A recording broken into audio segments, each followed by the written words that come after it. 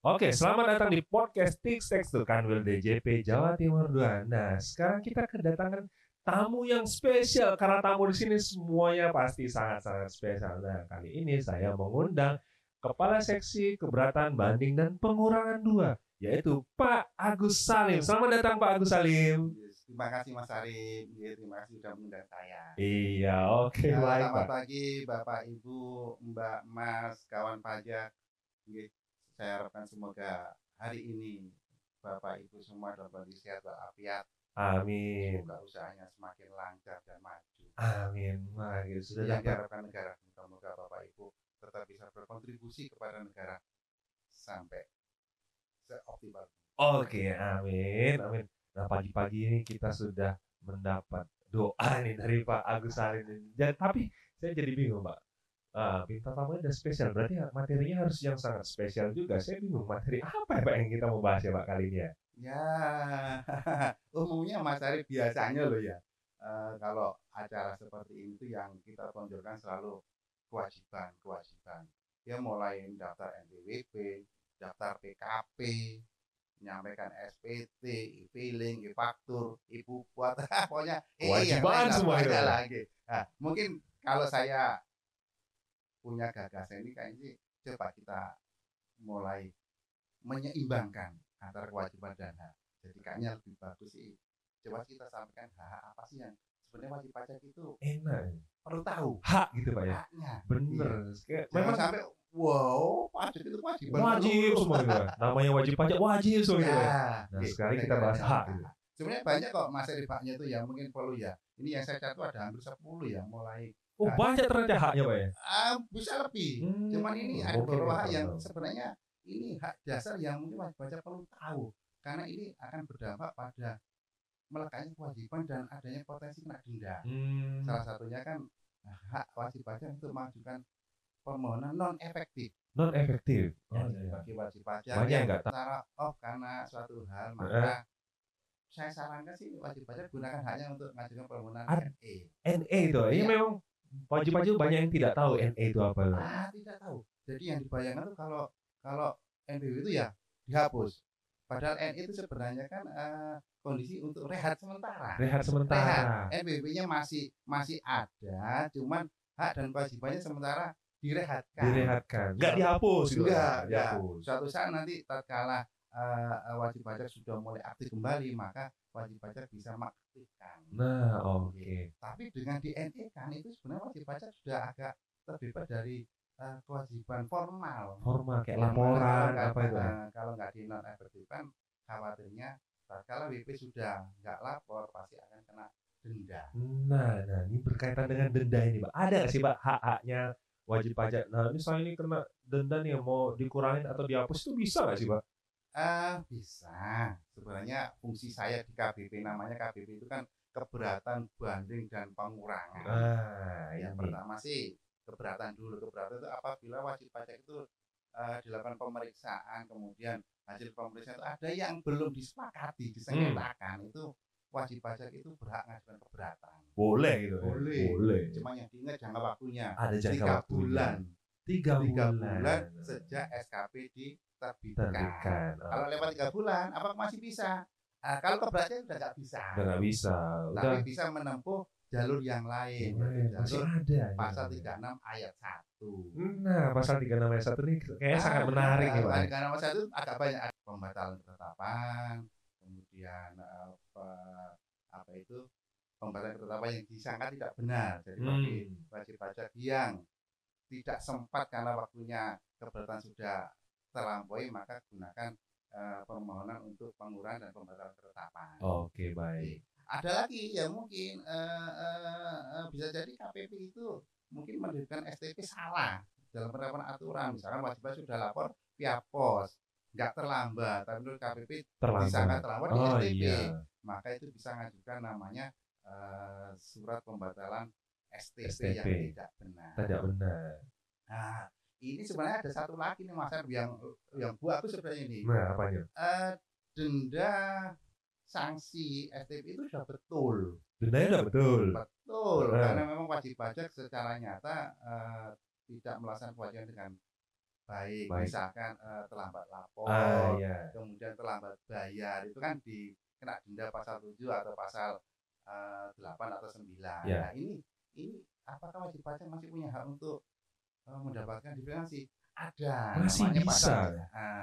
Namanya pasal 36 ayat 1 huruf A.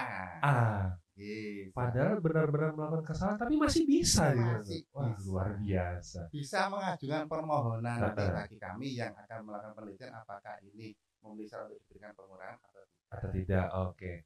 Nah, dengar-dengar nih Pak, berkenaan dengan tadi pengurangan sanksi tadi.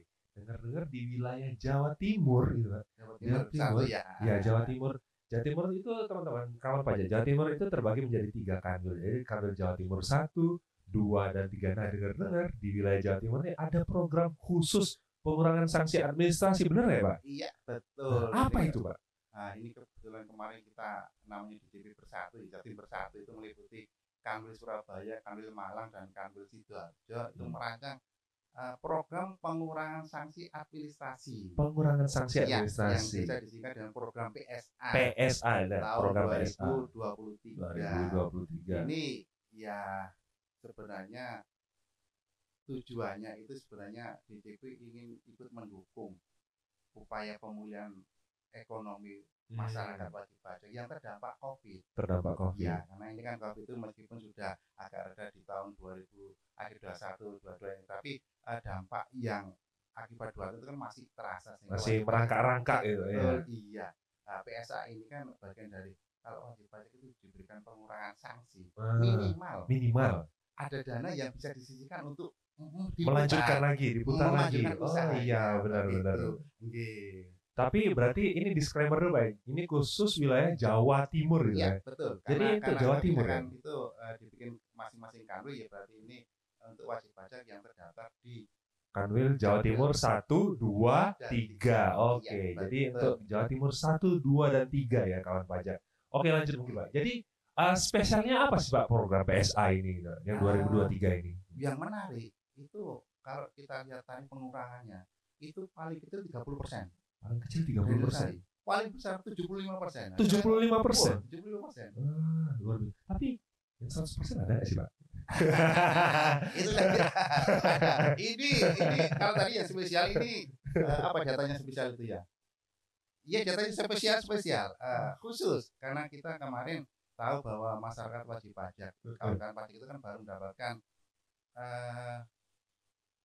pengaturan baru terkait dengan wajib pajak pengusaha emas. Yang baru-baru masih hangat ini ya, emas. Diatur di PMK 48. PMK 48, benar. Ya, di mana wajib pajak itu sebenarnya aturan baru terkait dengan pemungutan maupun pelaporan PPN dan PPh 22.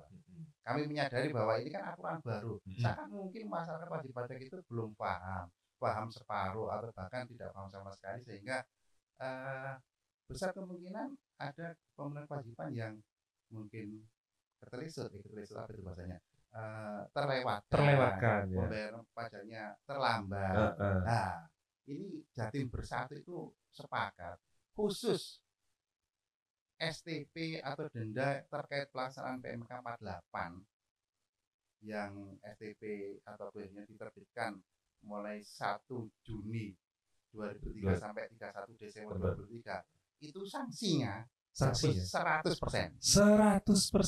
Semuanya dihapuskan. Tadi yang spesial aja 75%. Berarti ini sangat-sangat spesial 100%. Kalau spesial telurnya 3, kalau ini pakai telurnya 5. Telurnya bisulan. Telurnya 5 ternyata. Oke, tapi itu terkhusus pada pasal 22 dan PPN saja itu Pak. Untuk yang emas gitu Pak ya. Oke, baik. Berarti tadi ada perbedaan nggak Pak kalau misalnya saya nih wajib pajak di KPP atau saya ini wajib pajak di KPP Pratama sama wajib pajak Madya itu ada perbedaan apa enggak itu Pak? Kemarin ada gagasan untuk memisahkan klasternya. Sebenarnya tarifnya sama. Paling kecil 30%, maksimum 75%. Cuman klasternya yang dibedakan. Karena di KPP Pratama itu kan cenderung denda STP, SKP, KP nilainya nggak terlalu besar, Mas Ari. Iya, nggak terlalu besar. Nggak terlalu besar. Artinya kalau itu klasternya diatur terlalu jauh, nanti ada jomplang. Sehingga ini kita pisahkan. Disesuaikan gitu ya. Iya. Jadi kita bagi dua, yaitu terkait wajib pajak yang terdapat di KPP Madya dan wajib pajak yang terdapat di KPP Pratama. Yang kita bedakan klasternya. Kalau Madya itu klasternya itu paling kecil itu 500 juta. 500 juta. Kemudian 500 sampai 5 miliar. Terus 5 miliar ke atas. Semakin besar pokok pajak itu artinya pajak yang seharusnya dibayar atau pajak yang sudah dibayar itu semakin besar nilainya, maka kemungkinan dapat mengurangnya juga semakin besar. Semakin besar. Ambil contoh misalnya KPP Madya itu dia sudah membayar pokoknya taruhlah 6 miliar. 6 miliar. Besar banget. Ya. Pokoknya itu Pak ya, pokoknya. Nah, kan dendanya kalau 5 miliar, dendanya kan juga besar juga ya. Karena mempertimbangkan bahwa mereka sudah berkontribusi besar. Kan dipertimbangkan untuk sanksi diberikan persentasenya besar gitu. Oh iya, baik-baik. Untuk ini Pak, misalnya ada wajib pajak. Oh ini lumayan nih, saya mau ikut program PSA ini. Nah, untuk STP atau SKP tahun berapakah sih Pak yang bisa diikutkan program ini? Ini yang perlu penting ini Pak dipahami. Khusus program PSA tahun 2003 ini dikunci STP-nya adalah STP atau SKP-KB-nya yang diterbitkan 1 Januari tahun 2020. 1 Januari 2020? Ya. Oke, 2020. Sampai dengan 31 Desember 2023.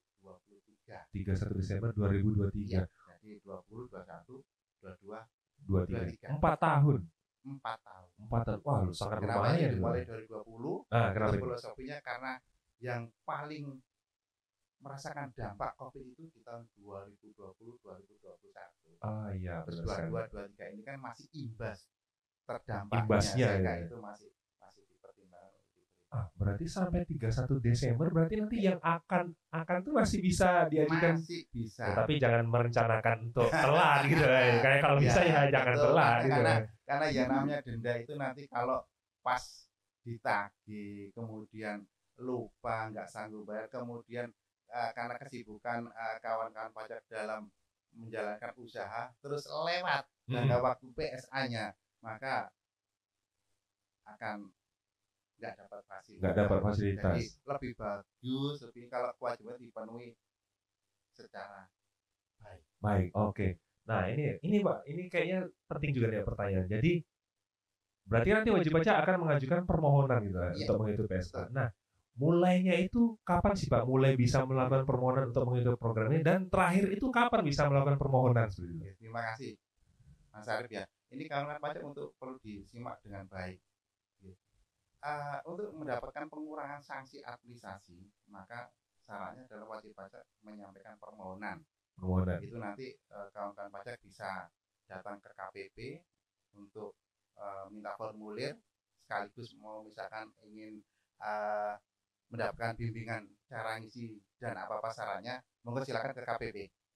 Permohonan itu bisa disampaikan mulai 1 Agustus tahun 2023. 1 Agustus ya, 2023. Sampai dengan tanggal 31 Desember 2023. 31 Desember 2023. Tanggal penyampaian itu tanggal tertera yang ada di tanda terima. Di tanda terima. Biasanya kalau wajib pajak itu kawan pajak itu datang langsung ke KPP, maka antara tanggal tanda terima sama tanggal dimasuk itu sama. Nah, yang agak beda itu nanti adalah yang pengiriman via pos. Nah, ini kawan-kawan pajak perlu nanti diperhatikan. Tanggal 30 Desember dan 31 Desember jatuh pada hari Sabtu dan Minggu. Sabtu dan Minggu. Iya. Kantor pajak tutup pasti. Terus bagaimana Pak saya bisa memaafkan sampai batas akhir? Maka silakan menyampaikan permohonan melalui jasa pengiriman dokumen. Jasa kayak pos dan sebagainya. Pos, JNE, JNT, yang penting ya ada resi. Ada resinya. Penyampaiannya. Jangan hilang gitu ya. Dan perlu ditekankan bahwa tanggal resi itu tanggal 31 Desember. Iya. Ada kalanya beberapa jasa pengiriman itu kalau ngirimnya terlalu malam, misalkan jam 10 malam, maka itu akan diberikan tanggal besoknya. Lah, ini pastikan bahwa yang dikirim melalui jasa pengiriman itu adalah resinya tanggal 31 Desember. Resinya 31 Desember. Ya, jangan sampai nanti sayang kalau udah di tanggal 1 Desember 1 Januari ya wassalam lewat. Padahal tinggal dikit lagi. Lewat. Betul. Nah, ini satu lagi Mas Ari mungkin yang perlu ini. salah satu program PSA ini tujuannya adalah meningkatkan kepatuhan. Meningkatkan kepatuhan. Ada syarat dasar yang harus Nah, dipenuhi ini wajib penting pajak. ya. Yaitu pertama, SPT tahunan PPh itu harus disampaikan 2 tahun terakhir. 2 tahun terakhir harus menyampaikan SPT Iya, dulu. 2 tahun terakhir berarti tahun pajak 2021 21 dan 22. 2022. Ya, 22. Ya, itu harus sudah disampaikan. Apakah itu terlambat apa enggak kita enggak. Yang penting pokoknya secara formal sudah disampaikan. Kalau nggak disampaikan berarti nggak bisa. Nggak ya? bisa. Oh, okay. Kalau 2 itu nggak dipenuhi, ya wassalam. Salah. Terus yang kedua adalah bagi kawan wajib pajak yang satunya sebagai pengusaha kena pajak. PKP ya. Maka kewajiban menyampaikan SPT masa PPN itu 2 tahun terakhir. 2 tahun terakhir. Ya, harus komplit. Harus komplit. Januari, Desember 2022 dan Januari sampai dengan tahun 2023 terakhir. Yang sudah jatuh tempo. Kalau sekarang bulan apa ini? Ini bulan sekarang September. Berarti masa Agustus yang terakhir. Agustus terakhir. Nah, saat ini dimasukkan di bulan September, maka masa Agustusnya harus masa Juli, karena Agustus kan belum jatuh tempo. Oh iya benar. Juli harus sudah dilaporkan. Jadi kalau teman-teman ternyata SPT masa PPN-nya belum dilaporkan, ya laporkan dulu lah. Laporkan dulu. Iya. Walaupun telat atau apa? Ya, enggak apa-apa. Enggak apa-apa, yang penting dilaporkan dulu. Dilaporkan. Oke, siap. Jangan mengajukan dalam posisi bolong-bolong, sayang, karena itu pasti ada potensi. Karena nggak bisa. Dan kalau sudah ditolak, ya kemungkinannya sih untuk pengajuan keduanya jangka waktunya bisa lewat. Iya benar. Jadi apalagi Pak yang harus diperhatikan lagi? Oh ini mungkin harus yang penting itu bayar pokoknya dulu kan Pak ya? Ada beberapa ini Mas Arif yang perlu diperhatikan kawan-kawan pajak gitu. Kalau permohonan itu terkait dengan SKPKB. SKPKB. Ya, SKPKB itu kan biasanya ada pokoknya. Maka untuk dapat pengurangan, pokoknya harus dilunasi. Pokoknya dilunasi dulu. Ya, satu. Terus yang kedua, atas STP yang terkait dengan SKPKB. STP apa terkait itu SKPKB. Pak Agus, Pak Salim. Ya, contohnya adalah STP atas keterlambatan menerbitkan faktur pajak atau lalai tidak menerbitkan faktur pajak. Lalai lupa. Di situ apabila ternyata PPN ada SKP, KB PPN, maka untuk mendapatkan pengurangan STP atas tidak terbit faktur itu maka pokok pajak yang ada di SKP harus dilunasi juga. Betul. Oke, baik. Gitu kawan pajak. Jadi tepat sekali kan ternyata saya mengundang Pak Agus Salim. Jadi masih berkaitan dengan podcast kita yang sebelumnya, itu membahas tentang surat cinta. Nah, biasanya orang tuh dapat surat cinta tuh seneng Pak, tapi kok dapat surat cinta dari kita tuh deg-degan gimana gitu. Nah, solusinya itu ada di sini, ada di program. Ternyata kita ada program PSA untuk bagaimana sih cara untuk mengurangi atau menghapus STP atau SKP tersebut gitu, untuk denda-dendanya seperti itu Pak. Ada di program PSA. Jadi manfaatkanlah selagi ada program PSA, tapi kalau misalnya yang tidak ada tunggakan nama jangan diada-adakan gitu Pak. Saya pengen ikut PSA, saya pelan dulu gitu ya. Ya jangan gitu Pak ya. Ya itu posisi itu namanya orang mengambil risiko yang seharusnya. Benar sekali. Ini mungkin Pak terakhir Pak, ada ini nggak Pak pesan-pesan yang ingin disampaikan ke kawan pajak kita semua ini Pak? Terima kasih Mas Arif, ini mungkin sekalian Bapak Ibu Mas Mbak kawan pajak, ini kesempatan bagus. Mumpung kalau saya istilahnya lagi obral pengurangan sanksi. Monggo silakan Bapak Ibu Mas Mbak untuk merapat ke KPP seandainya masih ada hal-hal yang belum jelas. Untuk berkonsultasi bagaimana untuk bisa mendapatkan pengurangan. Nah, ini yang saya sarankan lagi untuk teman-teman kawan pajak yang mungkin merasa ada kewajiban yang belum dipenuhi, maka silakan dipenuhi segera. Misalkan ternyata belum melapor SPT masa PPN, belum melapor SPT tahunan tahun ini, silakan dipenuhi. Karena apa? Karena ini kesempatan, kalau itu dilaporkan meskipun terlambat didenda, maka masih ada pula denda itu dimintakan untuk PSA. Iya. Ya, itu satu. Yang kedua,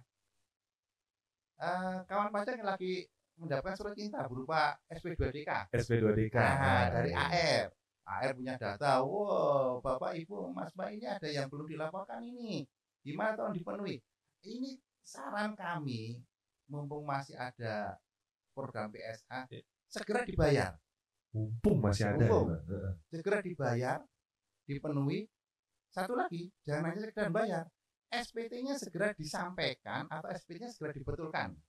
Biar bisa ikut ini. Iya, karena kalau sudah bayar, meskipun terlambat, SPT dilaporkan meskipun terlambat, atau di SPT disampaikan pembetulannya, maka akan dikeluarkan STP. Nah, STP-nya ini, kalau saya kalau sudah melakukan pembetulan SPT-nya, dioyak-oyak aja tuh AR-nya. Mas, Mbak AR, aku STP undang terbit no. Karena pengen mau ada PSA, biar aku bisa ikut PSA. Malah pengen terbitin cepat-cepat STP-nya. Tapi kalau ternyata setorannya itu melampaui tahun 2023 di Januari, ya wassalam. Ya udah lewat. Itu lewat. Habis, artinya denda dan sebagainya itu kembali ke aturan normal, masih boleh. Masih boleh. Diajukan pengurangan masih boleh. Cuman sudah lepas dari program PSA ini, yang spesial ini ya. Betul. Berarti udah nggak pakai telur lagi tuh. Telurnya satu mungkin Pak ya. Sudah dari sisi nanti penelitian itu lebih komplit, lebih ini syaratnya lebih rigid. Lebih rigid. Kalau yang PSA ini kan karena obral ini Pak. Karena diobral. Oke. Baik, terima kasih Pak Agus Salim atas penjelasannya, atas pemberian materi yang sangat dibutuhkan mungkin bagi wajib pajak yang kebetulan nih saya lagi ada STP kemarin dapat amplop coklat ya saya. Amplop coklat nggak ada bunga-bunganya. Oke, terima kasih Pak Agus Salim atas waktu yang telah diberikan. Semoga ini sangat bermanfaat bagi semua kawan pajak kita semua. Dan mungkin nanti kita akan undang lagi Pak Agus Salim untuk di topik-topik sangat menarik selanjutnya. Siap, baik. Terima kasih Pak Agus Salim. Sama-sama Mas Ari. Kang Pajak pamit dulu nggih. Semoga kembali lagi harapannya Bapak Ibu semakin maju. Amin. Jangan lupa penuhi kewajiban dengan baik. Insya Allah tidak akan ada surat cinta amplop coklat lagi. Terima kasih. Oke, baik. Oke kan Pajak, demikianlah podcast dari Kanwil DJP Jawa Timur 2. Jangan lupa, infonya sangat menarik kan. Kalau tidak mau ketinggalan info, jangan lupa klik tombol subscribe-nya di YouTube Kanwil DJP Jawa Timur 2. Dan jangan lupa untuk klik ada gambar loncengnya juga untuk mendapatkan info-info terkini di bidang perpajakan. Untuk itu sampai jumpa lagi di podcast selanjutnya. Dadah.